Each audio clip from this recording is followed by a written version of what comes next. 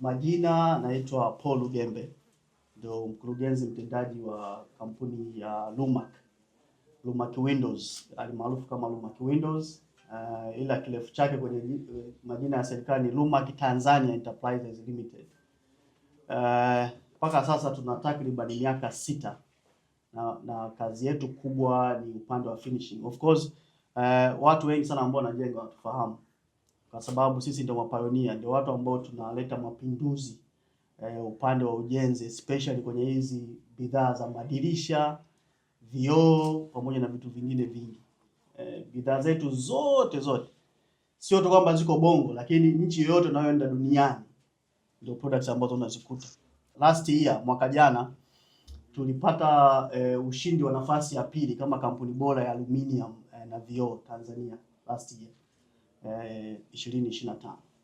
Kwa hiyo tumejikita sana kwenye mapinduzi. Hatufanyi yale madirisha kawaida au vioo vya kawaida. Kila kitu chetu ni standard, ni vya kisasa, lakini pia ni standard ya juu sana.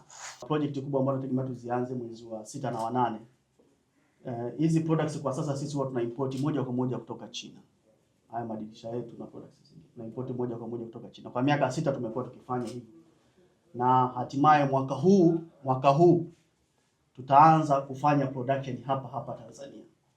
Tuko kwenye ujenzi wa kiwanda chetu cha aluminium na vioo pale Madale. Kitakuwa ni kiwanda cha kwanza chenye mashine za kisasa. Sio Tanzania, ni East and Central Africa.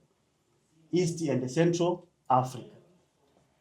Kwa hiyo na kwa sababu tunaelekea huko sasa, ndio tukasema tumfadhili huyu bwana Mandonga kwenye pambano lake hili la yeye na bwana Maugo kama balozi wetu, ili hizi habari njema za kwamba hao wataalamu wa haya madirisha ya kisasa na ya kipekee hatimaye wataanza kuyafanya hapa Tanzania. Hii habari njema tunataka itembee kwa Watanzania wote, kwamba sasa vitu vizuri sio tu sasa itakuwa ni kuagiza, vitu vizuri tutavipata hapa Tanzania.